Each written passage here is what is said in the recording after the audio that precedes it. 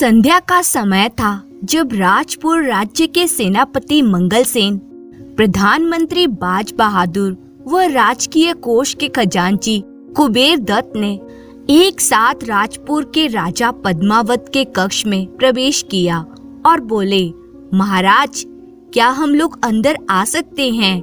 आइए, आज आप तीनों एक साथ क्या माजरा है? महाराज, आज हम तीनों आपसे राजकीय परामर्श करने नहीं अपितु कुछ पारिवारिक परामर्श करने आए हैं। क्या बात है? महाराज, बचपन से हम तीनों मित्र रहे हैं। इस आपसी रिश्ते को हम तीनों पारिवारिक संबंधों में परिवर्तित करना चाहते हैं ताकि हमारे बाद भी हमारी आने वाली पीढ़ी में आपस में संबंध बना रहे। प्रधानमंत्री जी, हम आपकी बात का मतलब समझे नहीं। महाराज, आप 3 युवा पुत्रों के पिता हैं और हम तीनों एक एक युवा पुत्री के पिता हैं। हम अपनी पुत्रियों का विवाह आपके पुत्रों के साथ करना चाहते हैं। ओह, तो ये बात है। महाराज प्रसन्न होते हुए उन तीनों से बोले, मुझे आप तीनों का यह प्रस्ताव स्वीकार है। तब तीनों मित्र और महाराज आपस में प्रेम से गले मिले। इस घटना के 15 दिन पश्चात ही तीनों राजपुत्रों का सगाई समारोह धूमधाम से संपन्न हुआ। उसी रात को प्रधानमंत्री, सेनापति व खजांची में गुप्त मंत्रणा हुई। हमारी योजना अनुसार तीनों राजपुत्रों के साथ हमारे पुत्रों के सगाई तो आसानी से संपन्न हो गई। अतः अब हमें अपनी योजना के दूसरे चरण को शीघ्र ही पूरा कर लेना चाहिए। आप ठीक कह रहे हैं खजांची जी, शुभ कार्य में देरी नहीं करनी चाहिए। तब ठीक है, आज की रात ही राजा पद्मावत के जीवन की आखिरी रात होगी। इस गुप्त मंत्रणा के पश्चात प्रधानमंत्री राजा पद्मावत के मुख्य सेवक के पास पहुंचा और बोला, जगना, यदि तुम मेरा एक काम कर दो तो मैं तुम्हें मुंह मांगी दौलत दूंगा। प्रधानमंत्री जी, मुंह मांगी दौलत पाने के लिए तो मैं कुछ भी करने के लिए तैयार हूँ। कहिए, मुझे क्या करना होगा? इस पुड़िया में अत्यंत घातक विष है। इस विष को महाराज के दूध में मिलाकर देना होगा। ये सुनकर जगना कुछ सोच में पड़ गया और फिर बोला, प्रधानमंत्री जी, मैं आपका यह कार्य करने को तैयार हूँ। तो जाओ, महाराज के दूध पीने का समय हो गया है, उन्हें विष मिला दूध दे आओ। फिर जगना ने पुड़िया का विष दूध के गिलास में डाला और महाराज के कक्ष में पहुंचा। लीजिए महाराज, दूध पी लीजिए। सुबह होने पर जब दास दासी उसके कक्ष में आए और शीघ्र ही पद्मावत की मृत्यु का समाचार सारे राजपुर में आग की तरह फैल गया। यह समाचार सुनकर इधर प्रधानमंत्री, खजांची व सेनापति खुशी से झूम रहे थे। अब पद्मावत मर गया। अब हमारी योजना बिना किसी विघ्न के पूरी हो जाएगी। इस घटना के 20 दिन पश्चात प्रधानमंत्री बाज बहादुर ने युवराज हिरावत को बुलाकर उससे कहा, राजकुमार, महाराज के आकस्मिक निधन के पश्चात राजपुर की राजगद्दी खाली पड़ी है। तुम महाराज के बड़े पुत्र हो, इसलिए अब तुम्हें ही राजपुर की राजगद्दी संभालनी है। अतः मैं चाहता हूँ कि राजगद्दी पर तुम्हारे बैठने से पहले ही मेरी पुत्री मंजरी के साथ तुम्हारा विवाह हो जाए, ताकि तुम सपत्नीक राज दरबार में बैठो। तो इस कार्य में क्या रुकावट है प्रधानमंत्री जी? मैं आपकी पुत्री के साथ आज ही विवाह करने को तैयार हूँ। राजकुमार, रुकावट आपकी ओर से नहीं अपितु मेरी पुत्री मंजरी की ओर से है। क्या मतलब प्रधानमंत्री जी? राजकुमार, मेरी पुत्री मंजरी बहुत जिद्दी है। उसकी जिद है कि जब राजकुमार हिरावत किसी दूसरे राज्य में जाकर वहां से उसके लिए कोई अनोखी चीज लाएंगे, तभी वे राजकुमार के साथ विवाह करेगी। ओह, बड़ी विचित्र जिद है मंजरी की। फिर कुछ सोचकर उसने प्रधानमंत्री से कहा, ठीक है प्रधानमंत्री जी, अब मैं मंजरी की जिद पूरी करने के पश्चात ही उसके साथ विवाह करूंगा। प्रधानमंत्री जी, मैं आज ही दूसरे राज्य जाने के लिए राजपुर से प्रस्थान कर दूंगा। राजकुमार, मैं आपसे एक विनती और करना चाहता हूँ। कहिए प्रधानमंत्री जी। राजकुमार, तुम अपने राज्य से पहली बार दूर किसी दूसरे राज्य में जाओगे, इसलिए आप अपने साथ अपने छोटे भाइयों जयरावत और नीलावत को भी लेते जाओ।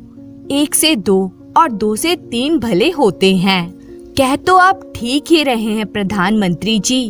आपका कहना मानकर मैं जयरावत और नीलावत को भी साथ लेता जाऊंगा।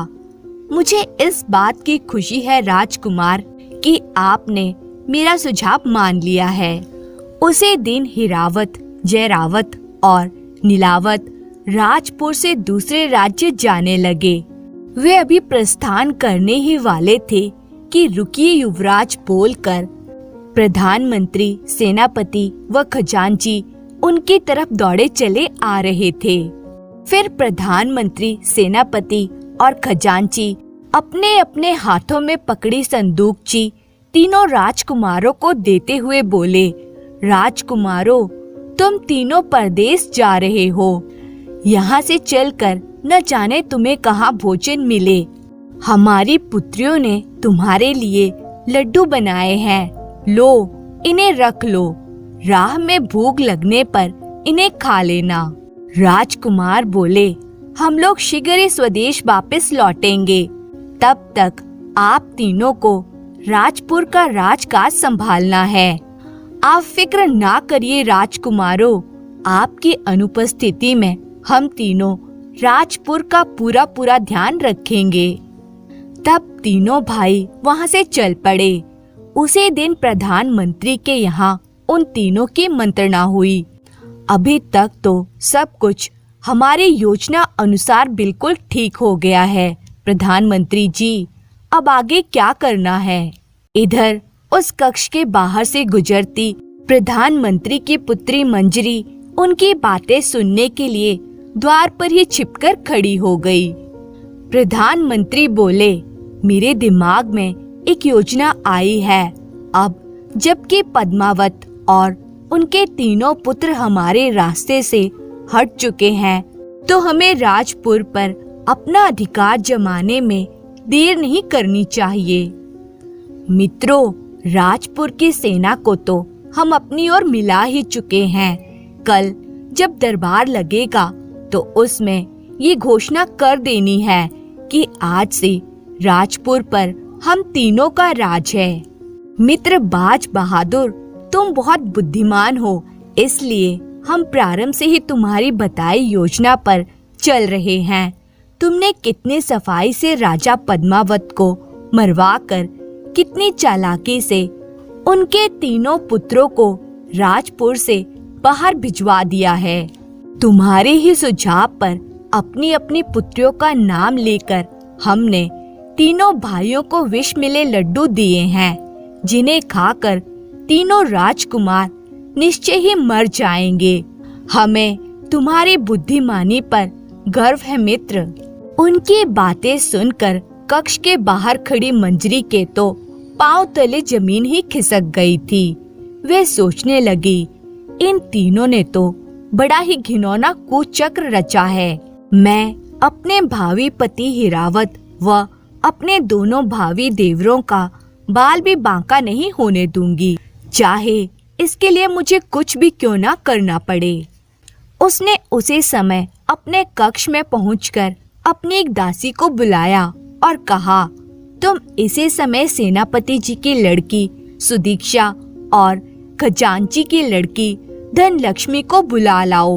उनसे कहना, मैं इसी समय एक अत्यंत महत्वपूर्ण विषय के बारे में उनसे सलाह मशवरा करना चाहती हूँ। कुछ देर बाद ही सुदीक्षा व धनलक्ष्मी मंजरी के पास पहुँच गई और बोली, बहन मंजरी, हम दोनों को तुमने इस समय कैसे याद किया है? मंजरी ने सारी बात विस्तार पूर्वक उन्हें बता दी।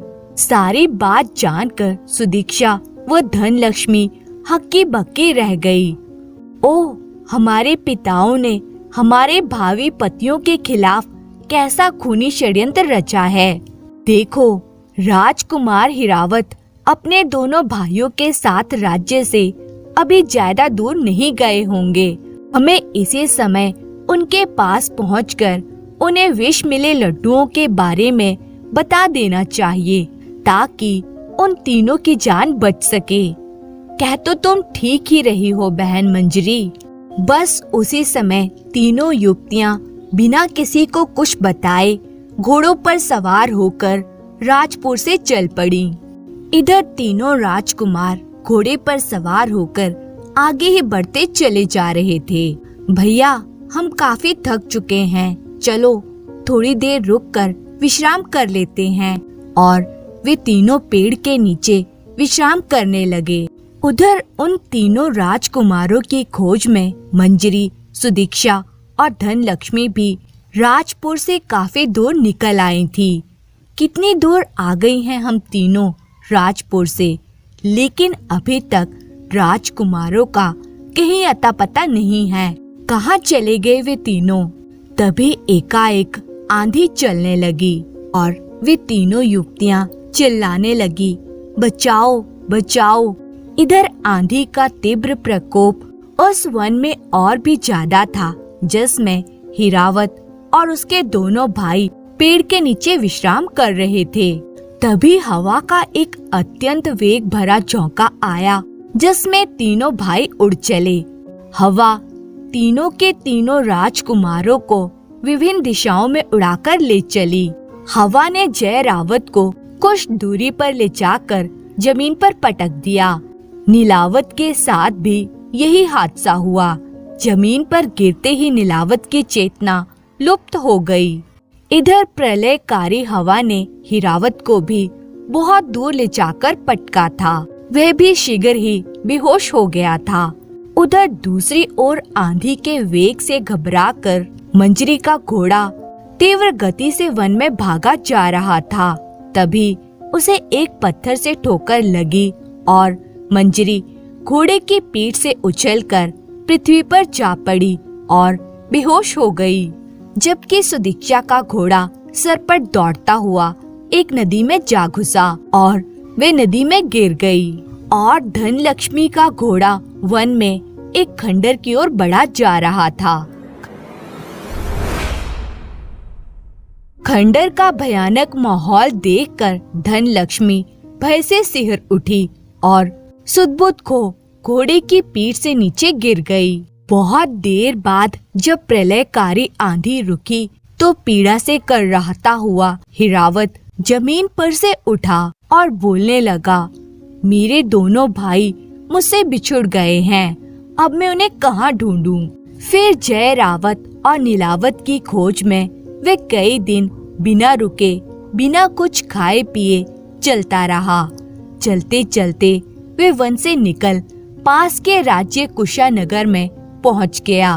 बहुत खोज करने पर भी जय रावत और नीलावत का कोई अता पता नहीं मिला। तभी वहाँ एक मुनादी करने वाला आ पहुँचा और बोलने लगा, सुनो सुनो नगर के लोगों, राजा का एक हाथी पागल हो गया है। वे कई दिन से कुशानगर में उत्पात मचा रहा है। महाराज का कहना है कि जो आदमी उस हाथी को मारेगा उसे वे आधा राजपाट दे देंगे। तभी कुछ लोग चिल्लाने लगे, बचो बचो, राजा का पागल हाथी लोगों को मारता और घायल करता इधर ही आ रहा है। हिरावत के समझ में न आया कि इस स्थिति में वे क्या करे। जब हिरावत को बचाव का कोई और उपाय ना सूझा तो उसने लड्डुओं के संदूकची पेड़ के नीचे छोड़ी और स्वयं पेड़ पर चढ़ गया। पागल हाथी भागता हुआ पेड़ के नीचे पहुंचा और अपने सूंड लड्डुओं की संदूकची पर घुमा घुमा कर मारने लगा। सूंड के प्रहार से लड्डुओं की बंद संदूकची उलटकर खुल गई और सारे लड्डू बिखर गए। हाथी ने एक एक कर वे सारे लड्डू खा लिए। लड्डू खाते ही थोड़ी देर में उसने भयंकर चिंगाड़ मारी और धड़ाम से जमीन पर गिर पड़ा। कुछ देर तड़प कर वे शांत हो गया।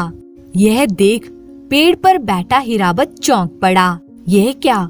पागल हाथी संदूकची के लड्डुओं को खाते ही मर गया। तो क्या लड्डू विषैले थे? इसका मतलब लड्डू हम तीनों भाइयों को मारने के लिए दिए गए थे। फिर वे पेड़ से नीचे उतर गया। सैनिक उसे उस देश के राजा महेंद्र दत्त के पास लेकर पहुँचे और महेंद्र दत्त को पागल हाथी के मरने की सूचना दी। महाराज बोले, युवक, तुमने पागल हाथी को मारकर हम पर बहुत उपकार किया है और मैं अपनी की हुई घोषणा के अनुसार अपने राज्य का आधा हिस्सा तुम्हें उपहार में देता हूँ। महेंद्र दत्त अभी इतना ही कह सका था कि बाहर से आवाज आई, पिताजी महाराज, जरा सुनिए। फिर राजा महेंद्र दत्त उठकर द्वार की ओर बढ़ गया। कुछ देर बाद वे मुस्कुराता हुआ पुनः हिरावत के पास लौटा और बोला, तो तुम राजपुर के युवराज हिरावत हो? जी हाँ महाराज, लेकिन आपने मुझे कैसे पहचाना? इस बात को छोड़ो और हमारी बात सुनो। हम तुम्हें अपना आधा राजपाट देने के साथ साथ हम अपनी पुत्री का विवाह तुम्हारे साथ करना चाहते हैं। ओह, यह तो मेरा सौभाग्य होगा। उसी दिन महेंद्र दत्त ने हिरावत को आधा राजपाट सौंप दिया और अपनी पुत्री का विवाह हिरावत के साथ कर दिया। विवाह के पश्चात हिरावत अपनी दुल्हन को अपने महल में विदा कर लाया। तत्पश्चात जब उसने अपनी दुल्हन का घूंघट उठाया तो वे बोला, ओ रानी, तुम तो बिल्कुल चांद का टुकड़ा हो। ये मेरी किस्मत थी जो तुम मुझे मिल गई। तब उससे मंजरी ने मुस्कुराते हुए कहा, स्वामी, जानते हैं मैं कौन हूँ? तुम मेरी पत्नी हो और राजा महेंद्र दत्त की पुत्री हो। और कौन हो? स्वामी, मैं महेंद्र दत्त की पुत्री नहीं अपितु राजपुर के प्रधानमंत्री बाज बहादुर की पुत्री मंजरी हूँ। तुम प्रधानमंत्री बाज बहादुर की पुत्री मंजरी हो? वही मंजरी जिसके साथ हमारी सगाई हुई थी। आपने ठीक पहचाना स्वामी। ओह, तब तो वे विष भरे लड्डू अपने पिता के हाथों तुमने ही मुझे पहुंचाए थे। तुम उन विष भरे लड्डुओं को मुझे खिलाकर क्यों मारना चाहती थी? स्वामी, मैं भला अपने सुहाग को क्यों मारना चाहूंगी? वह सब तो मेरे पिता व उनके दोनों साथियों की चाल का एक हिस्सा था। फिर मंजरी ने सारी बात विस्तार पूर्वक राजकुमार हिरावत को बता दी। सारी बात जानकर राजकुमार बोला, ओह, तो प्रधानमंत्री, सेनापति और खजांची ने मिलकर हम तीनों भाइयों को इस प्रकार मारना चाहा था। सहसा उसे कुछ याद आया। उसने मंजरी से पूछा, लेकिन तुम यहाँ राजा महेंद्र दत्त के पास कैसे पहुँची? स्वामी, यह एक लंबी कहानी है। आपकी व आपके दोनों भाइयों की खोज में मैं जब सुदीक्षा व धन लक्ष्मी के साथ वन में पहुंची तो तेज आंधी में सुदीक्षा और धन लक्ष्मी से बिछुड़ गई और घोड़े से गिरकर बेहोश हो गई। जब होश में आई तो मैं कुशानगर के राजमहल में थी। हुआ यूं कि वन में भ्रमण करते हुए राजा महेंद्र दत्त की दृष्टि मुझ पर पड़ी। वे मुझे उठाकर अपने महल में ले आए। राजा महेंद्र दत्त क्योंकि निसंतान थे, इसलिए उन्होंने मुझे अपनी पुत्री बना लिया। उस दिन पागल हाथी को मारकर जब तुम सैनिकों के साथ राजा महेंद्र दत्त के पास पहुँचे थे तो मैं कक्ष के बाहर खड़ी तुम्हें देख रही थी। मैंने तुम्हें देखते ही पहचान लिया था, इसीलिए मैंने आवाज देकर राजा महेंद्र दत्त को कक्ष से बाहर बुलवाकर उनसे कहा कि मैं तुम्हारे साथ विवाह करना चाहती हूँ। ओह, तो तुम्हारे कहने पर ही राजा महेंद्र दत्त को पता चला होगा कि मैं राजपुर का युवराज हिरावत हूँ। हाँ स्वामी, मैंने ही उन्हें यह बात बताई थी। इधर होश में आने पर जय रावत भी हिरावत और नीलावत की खोज में निकल पड़ा था। चलते चलते वे नदी तट पर बनी एक झोंपड़ी के समीप जा पहुंचा। बहुत थक गया हूँ, वहाँ बैठकर संदूकची में रखे लड्डुओं को खाकर अपनी भूख भी शांत कर लूंगा। तभी झोंपड़ी से सुदीक्षा बाहर निकली। जय रावत को वहाँ देख वे हतप्रभ रह गई। ये यहाँ कैसे? जैसे ही जय रावत ने लड्डू खाना चाहा, उसे आवाज सुनाई दी, ठहरो, लड्डुओं को ना खाना। यह सुनकर मुंह की ओर जाता हुआ हाथ जय रावत ने रोक लिया और चौंक कर सुदीक्षा की ओर देखा। क्या बात है, तुमने मुझे इस प्रकार लड्डू खाने से क्यों रोका? इन लड्डुओं को ना खाओ, ये विष से भरे हैं। तुम्हें इस बात का कैसे पता है? तब उसे सुदीक्षा ने अपने और अपने पिता के षड्यंत्र के बारे में विस्तार पूर्वक बताया। सारी बात जानकर वे बोला, ओह, तो प्रधानमंत्री, खजांची और तुम्हारे पिता ने हमें मारने की साजिश रची थी। लेकिन तुम यहाँ कैसे आई? आंधी में मेरा घोड़ा इस नदी में गिर गया था, तब मैं नदी में बहती हुई इधर आ निकली थी। इस झोंपड़ी में रामू नाम का एक बूढ़ा मछुआरा रहता है। उसी ने मुझे नदी में से निकाला और मुझे बेटी बनाकर अपने पास रख लिया। आओ, झोंपड़ी में चलो, मैं तुम्हारे लिए भोजन का प्रबंध करती हूँ। सुदीक्षा ने जय रावत के लिए तत्काल ही भोजन तैयार किया। तब तक मछुआरा रामू भी मछलियाँ पकड़कर आ गया था। काका, ये राजपुर के राजकुमार जय रावत हैं, वही जिनके साथ तुम्हारी सगाई हुई थी। हाँ काका, ये वही हैं। तब रामू और जय रावत ने एक साथ भोजन किया। तत्पश्चात काका बोले, देखो बेटा, मुझे सुदीक्षा ने सब कुछ बता दिया है। क्योंकि सुदीक्षा के साथ तुम्हारी सगाई हो चुकी है, इसलिए इसके सुरक्षा का जिम्मा अब तुम्हारा है। अब तुम इसके साथ विवाह कर लो। तब अग्नि को साक्षी मानकर जय रावत और सुदीक्षा ने विवाह कर लिया। उधर नीलावत अपने दोनों भाइयों को खोजता हुआ उस एक खंडर में जा पहुंचा था, जिस खंडर में घोड़ा धन लक्ष्मी को लेकर पहुंचा था। वह खंडर में घुसा ही था कि तभी उसे एक आवाज सुनाई दी, ठहरो, कौन हो तुम? मेरा नाम नीलावत है, मैं राजपुर का राजकुमार हूँ। तुम राजपुर के राजकुमार नीलावत हो? हाँ, लेकिन आप कौन हैं? तुम्हें इस बात का पता भी चल जाएगा।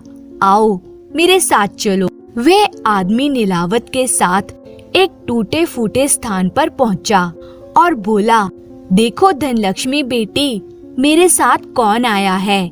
धनलक्ष्मी ने चौंक कर जब दृष्टि उठाई तो वे बोली, राजकुमार नीलावत, ये युवती कौन है? यह तो मेरा नाम भी जानती है। नीलावत आश्चर्य से धनलक्ष्मी की ओर देखने लगा। उसे इस प्रकार धनलक्ष्मी की ओर देखते पाकर वे व्यक्ति बोला, बेटा, कई दिन पहले आंधी में भटकती हुई ये धनलक्ष्मी इस खंडर में आ पहुंची थी। उस समय मैं भी इस खंडर में था। बेटा, ये वही धनलक्ष्मी है जिसके साथ तुम्हारी सगाई हुई थी। अब तुम आ गए हो तो धनलक्ष्मी का हाथ संभालो और मुझे इसकी जिम्मेदारी से मुक्त करो। इतना कहकर इच्छाधारी नाग ने नीलावत को प्रधानमंत्री, सेनापति और खजांची के षड्यंत्र के बारे में बताया। सारी बात जानकर नीलावत स्तब्ध सा रह गया। तब इच्छाधारी नाग के सामने नीलावत और धनलक्ष्मी ने एक दूसरे के गले में माला डाली। तत्पश्चात इच्छाधारी नाग ने नीलावत को 3 फल दिए और बोला, नीलावत, ये तीनों फल उन्हीं प्रधानमंत्री, खजांची और सेनापति के लिए हैं। जैसे ही वे तीनों इन फलों को खाएंगे, तीनों को अपने अपने किए का फल मिल जाएगा।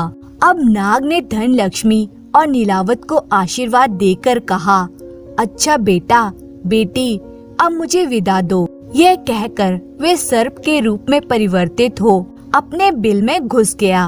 तब नीलावत और धन लक्ष्मी वहाँ से राजपुर की ओर चल पड़े। इधर जय रावत ने सुदीक्षा से कहा, सुदीक्षा, हमें राजपुर चलना चाहिए। वहाँ जाकर देखे तो सही कि तुम्हारे पिता और उनके साथियों ने राजपुर की क्या दशा की है। वे दोनों भी रामू काका से आदेश लेकर उसी दिन राजपुर की ओर चल पड़े। उधर हिरावत ने मंजरी से कहा, रानी मंजरी, तुम्हारे पिता और उनके दोनों साथियों ने राजद्रोह किया है। मुझे उन्हें इसकी सजा देने के लिए राजपुर जाना होगा। स्वामी, मैं भी आपके साथ राजपुर चलूंगी। तब दल बल और मंजरी के साथ हिरावत ने राजपुर की ओर कूच कर दिया। शीघ्र ही राजपुर के सीमा पर हिरावत, जयरावत और नीलावत की मुलाकात हुई। हे मेरे भगवान, तू बड़ा दयालु है। आज तूने मेरे बिछड़े हुए भाइयों को पुनः मुझसे मिलवा दिया है। तेरा लाख लाख शुक्र है। अब धन लक्ष्मी ने आगे बढ़कर नीलावत से कहा, आप तीनों फल मुझे दे दीजिए। अब मैं, मंजरी बहन और सुदीक्षा तीनों एक साथ राजपुर जाएंगी। अब आप लोग यहीं पर रुककर हम तीनों के लौटने की प्रतीक्षा कीजिए। हम आपके अपराधियों को साथ लेकर ही यहाँ लौटेंगी। नीलावत ने तीनों फल उसे दे दिए। तब धन लक्ष्मी, मंजरी और सुदीक्षा रथ में बैठकर राजपुर की ओर चल पड़ी। हिरावत के आदेश पर सेना ने वहीं पर पड़ाव डाल दिया। इधर धन लक्ष्मी ने सुदीक्षा और मंजरी को एक एक फल देते हुए उन्हें अपनी योजना समझाई। सबसे पहले धन लक्ष्मी अपने पिता के पास पहुंची। उसे देखते ही कुबेर दत्त प्रसन्नता से चिल्ला उठा, बेटी, कहाँ चली गई थी तुम? मैंने तुम्हारी खोज कहाँ नहीं करवाई। तुम कुशलता से तो हो ना? पिताजी, मैं अपनी सहेलियों के साथ वन भ्रमण को गई थी। वहीं पर एक तूफान में फंसकर सखियों से बिछुड़ गई थी। कहकर धन लक्ष्मी ने एक मनगढ़ंत कहानी कुबेर दत्त को सुना दी। ओ बेटी, तुमने तो बड़ा दुख पाया। पिताजी, वन में मुझे एक नया ही फल देखने को मिला। मैं यह एक फल आपके लिए तोड़कर ले आई हूँ। इसे खा लीजिए। फल खाते ही कुबेर दत्त की नाक लंबी होने लगी। अरे, यह क्या? मेरी नाक अचानक तेजी से बढ़ने लगी है।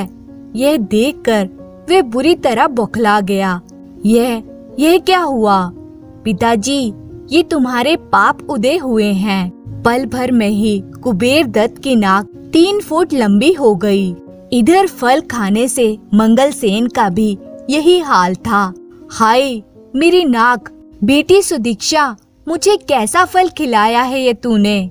पिताजी, मैंने आपको राजद्रोह का फल खिलाया है। दूसरी ओर बाज बहादुर की हालत भी फल खाकर खस्ता हो चुकी थी। आह, मेरी नाक!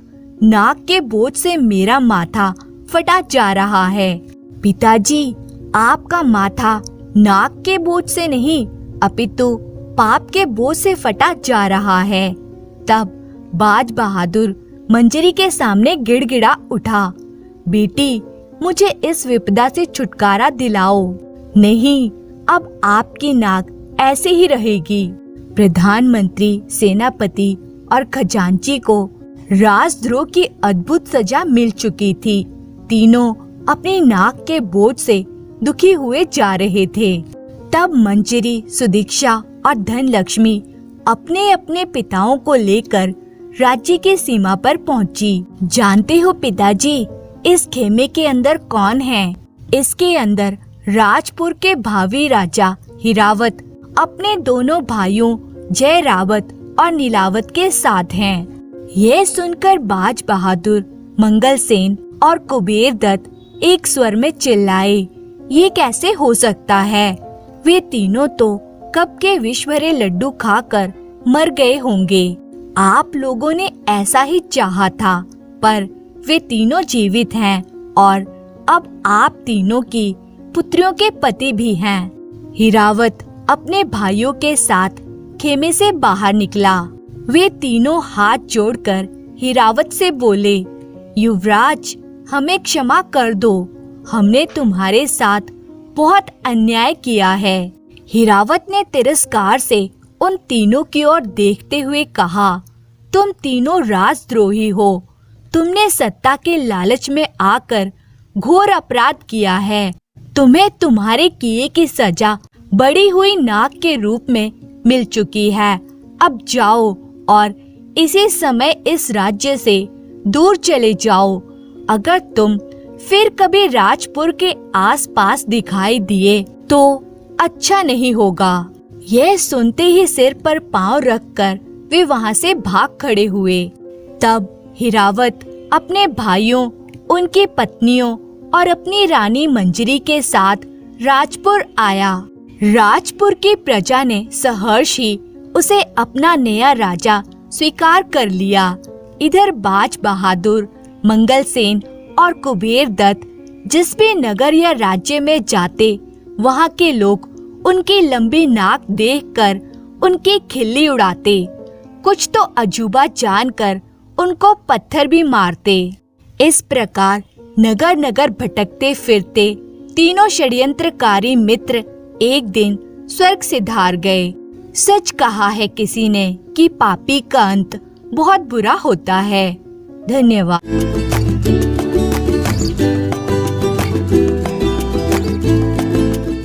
एक नगर में एक बुद्धिमान सेठ रहता था। सेठ के 4 पुत्र थे। उन सभी की शादी हो चुकी थी। चारों की पत्नियां सास ससुर की आज्ञा मानने वाली थी। पूरे तन मन से उनकी सेवा करती। सेठ सेठानी दोनों ही बड़े प्रसन्न थे। वे आपस में बोले, भगवान ऐसी बहुएं सभी को दे। हाँ, हमारी चारों बहुएं कितनी आज्ञाकारी हैं। सेठ मन ही मन विचार करने लगा, जिंदगी का पता नहीं कब ईश्वर का बुलावा आ जाए। हमारे बाद पता नहीं ये बहुएं द्वार की देखभाल ठीक प्रकार से कर पाएंगी या नहीं। मुझे अपनी बहुओं की परीक्षा लेनी चाहिए। सेठ ने अपने सभी रिश्तेदारों, मित्रों और आसपास के लोगों को प्रतिभोज के लिए निमंत्रण देकर बुलाया। प्रतिभोज में इकट्ठे हुए लोग आपस में बातें करने लगे। अचानक सेठ जी ने किस खुशी में प्रतिभोज का आयोजन कर डाला। तभी सेठ बोले, अरे भाई, अपने रिश्तेदारों को एक स्थान पर इकट्ठा करने में ही सबसे बड़ी खुशी है। सभी लोगों ने प्रतिभोज का आनंद लिया। बाद में सभी एक स्थान पर इकट्ठे हुए। सेठ ने अपनी चारों बहुओं को बुलाया। वे आपस में बात करने लगी। सबसे बड़ी बहू बोली, पता नहीं आज ससुर जी क्या भेंट देने वाले हैं। तो दूसरी बहू बोली, पहले ही हमें इतना मिल गया है कि आगे सोचा ही नहीं जाता। तीसरी बहू बोली, ससुर जी ने कोई बहुमूल्य वस्तु छिपाकर रखी होगी, वही देने के लिए बुलाया है। तो चौथी बहू बोली, सेवा फल से जो आशीर्वाद मिलता है उसके आगे मैं सभी भेंटों को तुच्छ समझती हूँ। उसकी बात सुनकर बाकी तीनों बहुएं बोली, ठीक है, तुम आशीर्वाद लेना, जो तुम्हें ससुर जी भेंट में दें वो हमें दे देना। बारी बारी से सभी बहुएं सेठ जी के सामने आई और भेंट में ससुर जी ने उन्हें 5-5 चावल के दाने दिए और बोले, चावल के दानों को संभाल कर रखना। मैं जब तुमसे मांगू तो मुझे वापस दे देना। जी ससुर जी। और चारों बहुएं चावल के दानों को लेकर चली गईं। देखने वाले दंग रह गए। उनमें से एक व्यक्ति ने पूछा, सेठ जी, आपने इतना बड़ा प्रतिभोज किया, भेंट में बहुओं को चावल दिए और वो भी दाने गिन गिन कर दिए, सिर्फ 5 दाने। मित्र, तुम्हारे इस सवाल का जवाब मैं कुछ दिनों बाद प्रतिभोज में दूंगा। प्रतिभोज में आए सभी आगंतुकों को अच्छा भेंट देने के बाद सेठ जी ने विदा किया और बोले, अगले निमंत्रण पर फिर से पधारिएगा। 5-5 चावल के दानों को लेकर पहली बहू अजमिका ने विचार किया, यहाँ चावलों की क्या कमी है जो मैं इन 5 चावलों को संभाल कर रखूं। ये सोचकर उसने चावल यूं ही फेंक दिए। भोगवती नाम की दूसरी बहू ने सोचा, ये दाने पकाकर खा लेने चाहिए। अतः दूसरी बहू भोगवती ने ऐसा ही किया। चावल के वो 5 दाने पकाकर खा लिए। तीसरी बहू रक्षिका ने मन में सोचा, ससुर जी पता नहीं इन चावल के दानों को कब मांग ले, इसलिए मैं इन्हें कपड़े में बांधकर संभाल कर रख लेती हूँ। चौथी बहू रोहिणी ने अपने हिस्से के 5 चावल के दानों को एक चिट्ठी लिखकर पिता के यहाँ खेत में बोने के लिए भेज दिया। चिट्ठी में लिखा था, पिताजी 5 चावल के दानों को खेत में बो देना। 5 वर्ष के बाद सेठ जी ने पुनः प्रतिभोज का आयोजन किया। निमंत्रण पाकर मित्रों ने सोचा, 5 चावल के दानों का रहस्य इस बार खुलेगा। सभी लोग प्रतिभोज के लिए पधारे और सबने प्रतिभोज का आनंद लिया। प्रतिभोज के बाद ससुर जी ने चारों बहुओं को बुलाया। पहली बहू से पूछा, बहू मैंने तुम्हें 5 चावल के दाने दिए थे, आज मैं उन्हें वापस मांग रहा हूँ। बहू ने सकुचाते हुए जवाब दिया, पिताजी मैंने वे दाने तो बेकार समझकर फेंक दिए, आप नए दाने ले लीजिए।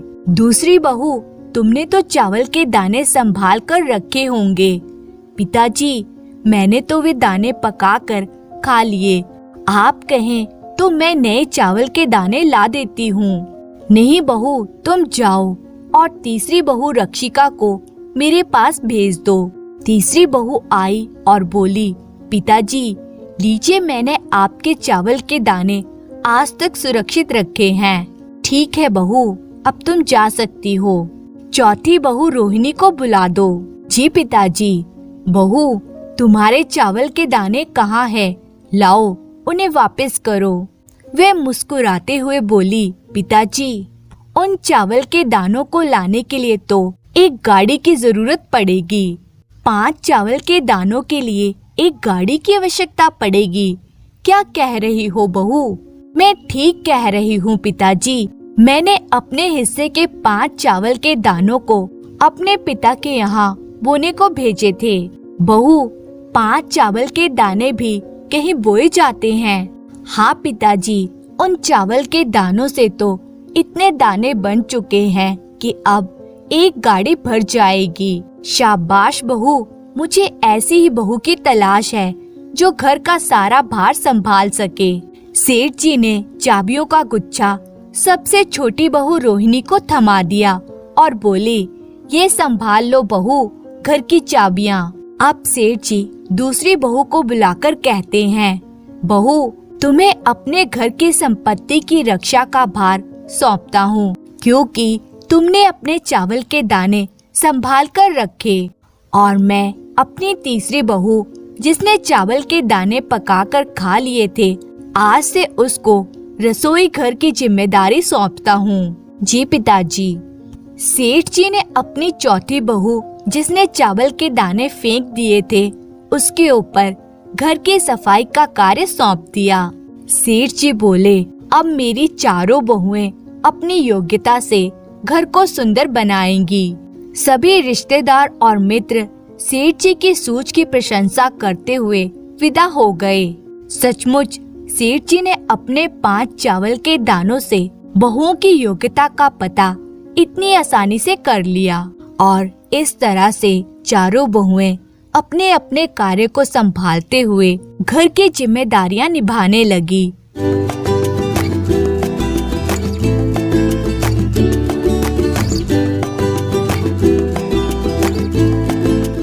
एक समय की बात है, एक राजा था जिसे अपने बुद्धिमान होने का बड़ा घमंड था। उसका विश्वास था कि पूरे राज्य में ऐसा कोई भी नहीं है जो उसे धोखा देकर साफ निकल जाए। एक दिन यह बात उसने अपने मंत्रियों से कही। सबने हामी भर दी सिवाय एक के। राजा को ये जानकर बड़ा आश्चर्य हुआ। क्या तुम नहीं मानते कि मुझे धोखा देना नामुमकिन है? मंत्री ने कहा, नहीं महाराज, मैं नहीं मानता। हो सकता है ये बात औरों पर लागू होती हो, लेकिन मैं अच्छी तरह से जानता हूँ कि कुछ सुनार अपने ग्राहकों के साथ धोखा करते हैं, हमारे अपने राज्य में भी। राजा बोला, मैं नहीं मानता। मैं सभी सुनारों को बुलाऊंगा और उनसे खुद बात करूंगा। बाकी मंत्रियों ने प्रश्न किया, पर महाराज, अगर ये बात सच है जो भी इन्होंने कही, तो क्या वे लोग स्वीकार कर लेंगे? आप लोग चिंता ना करें, मैं उनसे निपट लूंगा। अगली सुबह ही राजा ने राज्य के सभी सुनारों को बुला भेजा। आदेश अनुसार सुनार आ पहुँचे। सब हैरान थे कि आखिर माजरा क्या है। राजा ने हम सबको एक साथ यहाँ क्यों बुलाया है?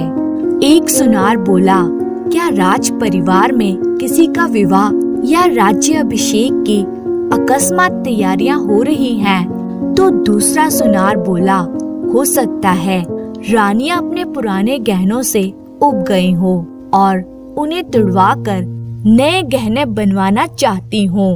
तभी तीसरा सुनार बोला, रानियां तो हमें स्वयं ही बुलाती हैं।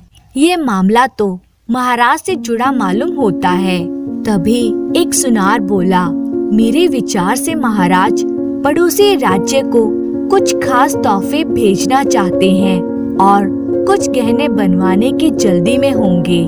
मदन, जो सुनारों में सबसे छोटा था, बोला, इस तरह अनुमान लगाने से हमें कोई फायदा नहीं है। महाराज स्वयं ही बता देंगे कि क्या बात है। इतने में राजा कमरे में प्रविष्ट हुआ। मैंने अपने लोगों से एक सीधा साधा प्रश्न पूछने के लिए आपको यहाँ बुलाया है और मुझे आशा है कि आप सच बोलेंगे। राजा ने कहा, यदि मैं आपको कुछ बनाने के लिए थोड़ा स्वर्ण दूं, तो क्या आप मेरे जाने बिना उस सोने में से जरा सा भी सोना चोरी कर सकते हैं? और यदि आप ये काम किसी निगरानी में करें, तो भी क्या चोरी संभव है? राजा की यह बात सुनकर कमरे में सन्नाटा छा गया। राजा ने उन्हें गौर से देखते हुए पूछा, बोलिए, आपका क्या कहना है? सुनार एक दूसरे का चेहरा देखने लगे। सभी सुनार एक स्वर में बोले, जी हाँ महाराज, यदि हम सचमुच चाहें तो संभव है। यह सुनकर राजा को अपने कानों पर विश्वास नहीं हुआ। राजा ने प्रश्न किया, आप लोग कितना सोना चोरी कर सकते हैं? कुछ सुनार बोले, हम चौथाई हिस्सा तक निकाल सकते हैं।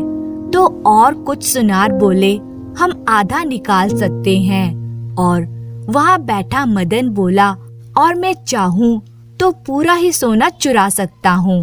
राजा ने मदन को नजर भरकर देखा, उसे ऊपर से नीचे तक देखा और बोले, मैं तुम्हारी बात नहीं मानता, पर तुम एक बार कोशिश कर देखो। तुम रोज राजमहल आओगे, वहाँ मेरे दिए हुए वस्त्र पहनोगे, मैं तुम्हें सोना दूंगा और मेरी उपस्थिति में तुम गणपति जी की एक प्रतिमा बनाओगे। जब भी मैं बाहर जाऊंगा, मेरा अंगरक्षक तुम पर नजर रखेगा। जब तुम घर लौटोगे तो सब कुछ यहीं पर छोड़कर जाओगे। अपने पहने वस्त्र फिर से धारण करोगे और महल के बाहर कदम रखने से पहले तुम्हारी तलाशी ली जाएगी। जब तक तुम गणपति जी की प्रतिमा नहीं बना लेते, तब तक तुम्हारी यही दिनचर्या होगी। मदन प्रसन्नता पूर्वक बोला, जी महाराज। राजा बोले, एक बार फिर सोच लो, क्या तुम ये कर पाओगे? मदन पूरे विश्वास के साथ बोला, जी महाराज, मुझे विश्वास है कि मैं ये काम कर लूंगा। अगर तुम अपने उद्देश्य में सफल हो गए तो मैं अपनी बेटी का विवाह तुमसे कर दूंगा और अपने राज्य का आधा हिस्सा भी तुम्हें दे दूंगा। पर अगर तुम असफल रहे तो तुम्हें हमेशा के लिए देश से निकाल दिया जाएगा। मदन फिर मुस्कुराते हुए बोला, जो आज्ञा महाराज। याद रहे, मैं या मेरा सेवक हमेशा तुम पर नजर रखेंगे। दूसरे सुनार मदन को बोलने लगे, मदन, तुम पागल हो गए हो क्या? तुम जानते हो कि तुम ये काम नहीं कर सकते हो। तुम क्या, ऐसे कड़े पहरे में कोई भी नहीं कर सकता। मदन पूरे आत्मविश्वास के साथ बोला, मैं तो कर सकता हूँ। मदन अगली सुबह सुबह ही महल पहुँच गया, सोना और औजार लिए और काम शुरू कर दिया। राजा पहरेदार दिन भर उसे घेरे रहते। अधिकतर समय राजा वही उसके आसपास रहता। मदन अपना काम सोना पिघलाना, तराशना, आकार देना आदि मन लगाकर करने लगा। अपने आसपास बैठी जनता से उसे कोई फर्क नहीं पड़ता था। दिन भर की कड़ी मेहनत के बाद वे अपने वस्त्र फिर से पहनता, राजा के आदमियों को सब सामान सौंप देता और अपने घर की ओर बढ़ जाता। लेकिन घर पहुंचने पर वह एक अजीबोगरीब काम करता, जिसके बारे में किसी को मालूम नहीं था। मदन पीतल की हूबहू प्रतिमा बना रहा था, जिस पर देर रात तक वे काम करता था। ऐसा रोज होता।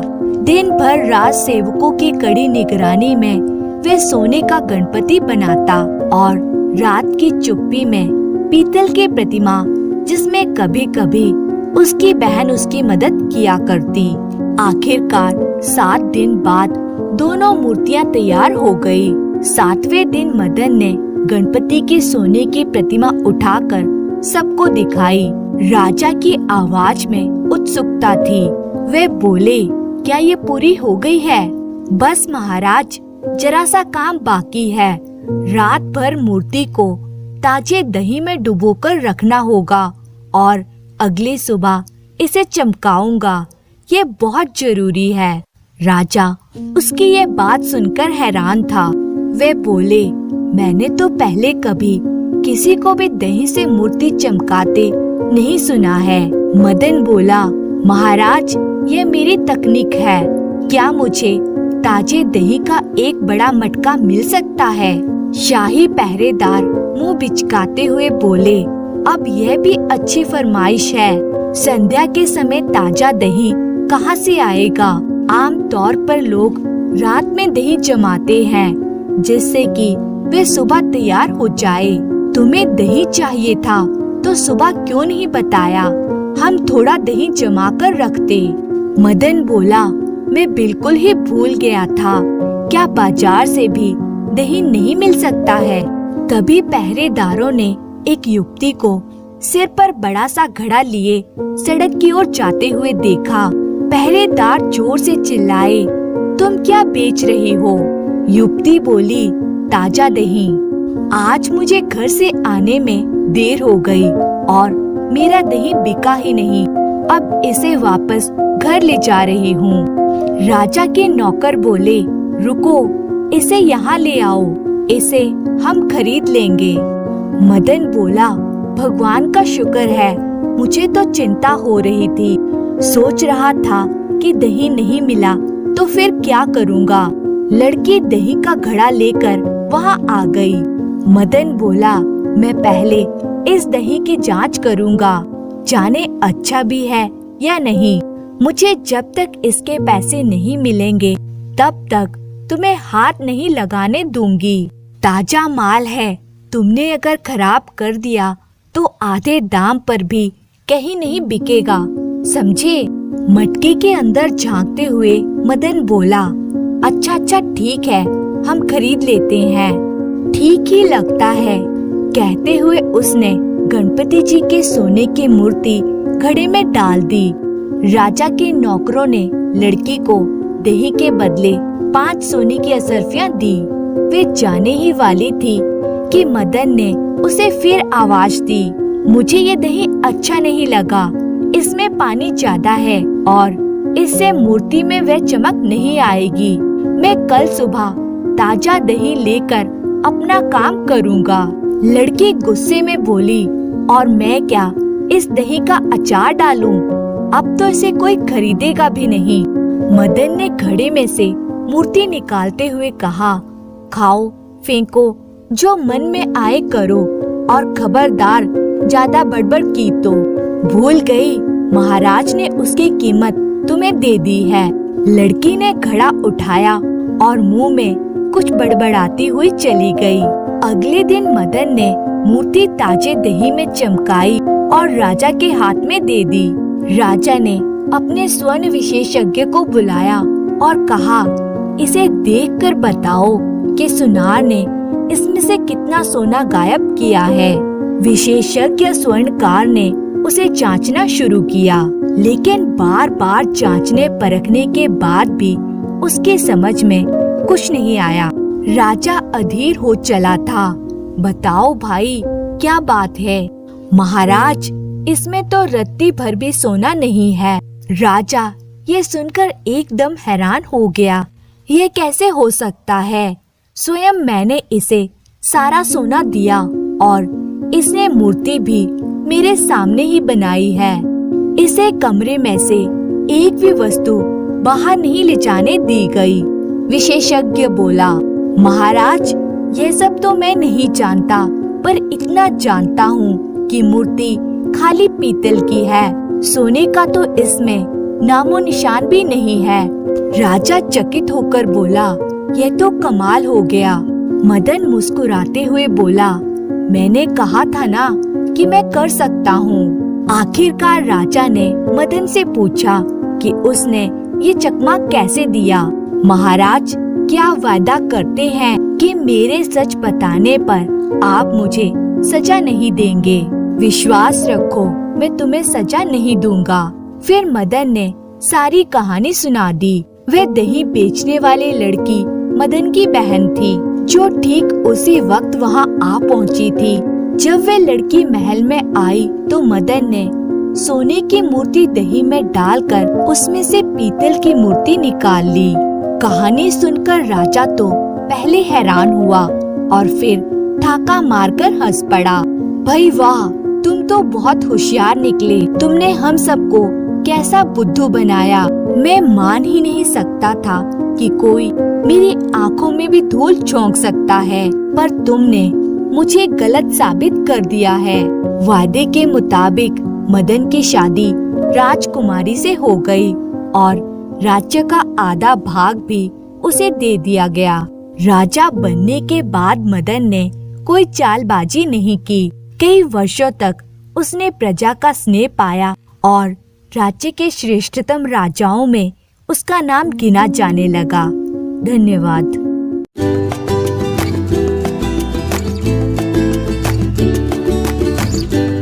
एक बार एक बहुत बड़े महात्मा घूमते घूमते एक गांव में पहुँचे।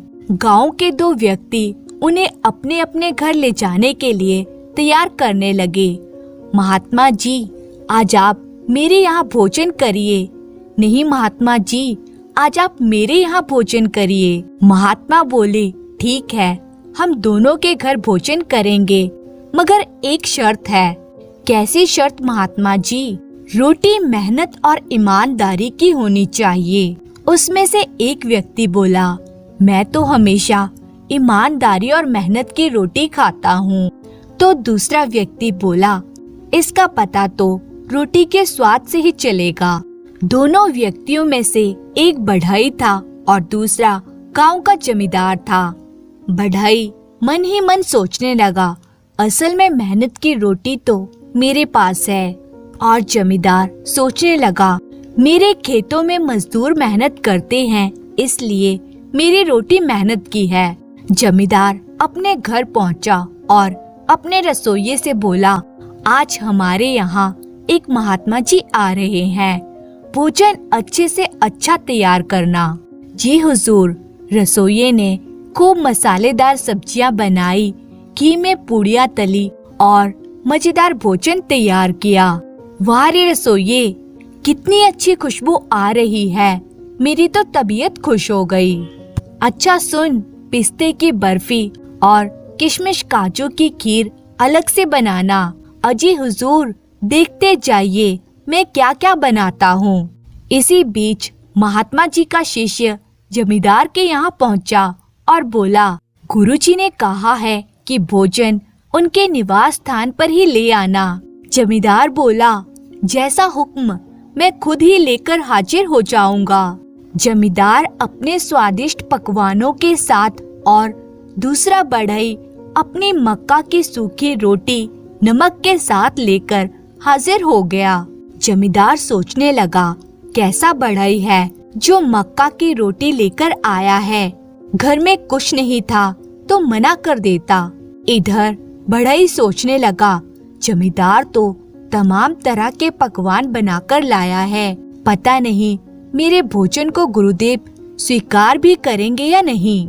महात्मा जी के सामने दोनों के पकवान रख दिए गए। महात्मा जी ने आंखें बंद करके देखा। जमींदार के खाने में दिखाई दिया कि यह भोजन बिना मेहनत का है, दूसरों पर अत्याचार करके कमाया गया है। बढ़ई के खाने में दिखाई दिया कि यह भोजन दिन भर मजदूरी करने के बाद मेहनत की कमाई से बना है। आंखें खोलते ही महात्मा जी ने बढ़ई की मक्के की रोटी को खाना शुरू कर दिया और बोले, वाह वाह, क्या स्वाद है। यह क्या महात्मा जी, मेरे स्वादिष्ट पकवान के आगे आप मक्का की रोटी खा रहे हैं। तुम्हें याद होगा कि मैंने भोजन करने की एक शर्त रखी थी। क्या महात्मा जी? यही कि जिसके भोजन में ईमानदारी और मेहनत होगी मैं उसे ही स्वीकार करूंगा। महात्मा जी, मक्का की रोटी बनाने में ज्यादा मेहनत है या मेरे पकवानों को बनाने में? जमींदार, तुम गलत समझे। मेहनत पकवानों को बनाने में नहीं, अपितु मेहनत से कमाई हुई रोटी की बात है। यह मैं कैसे मानूं महात्मा जी कि इस बढ़ई की रोटी मेहनत की है? इतना कहते ही महात्मा जी ने दोनों के थालियों में से एक एक टुकड़ा उठाकर हाथ में दबाया। अरे, ये कैसा जादू है? मेरे टुकड़े में से खून टपका और बढ़ई के टुकड़े में से दूध गिरने लगा। यह कोई जादू नहीं है बेटा। बढ़ई की रोटी मेहनत और ईमानदारी की रोटी है, इसलिए इसमें से दूध गिरने लगा है। महात्मा जी, मगर मेरे टुकड़े में से खून कैसे टपका? हाँ, तुम्हारे टुकड़े से पता चलता है कि तुमने गरीबों का खून चूसा है, इसलिए खून टपका है। महात्मा जी, मुझे क्षमा कीजिए। आज से मुझे अपना शिष्य बना लीजिए। मुझे सही रास्ता दिखाइए। बेटा, गरीबों की सेवा करो और मेहनत की रोटी कमाओ, तुम्हें सही रास्ता मिल जाएगा। जी महात्मा जी। भोजन करने के बाद बढ़ई ने महात्मा के हाथ धुलवाए और चरण छुए। महात्मा जी, मुझे आशीर्वाद दीजिए कि हमेशा ईमानदारी और मेहनत ही मेरे साथ रहे। तथास्तु पुत्र, तुम्हारी यह इच्छा पूरी होगी। और महात्मा जी उस गांव से चले गए। धन्यवाद।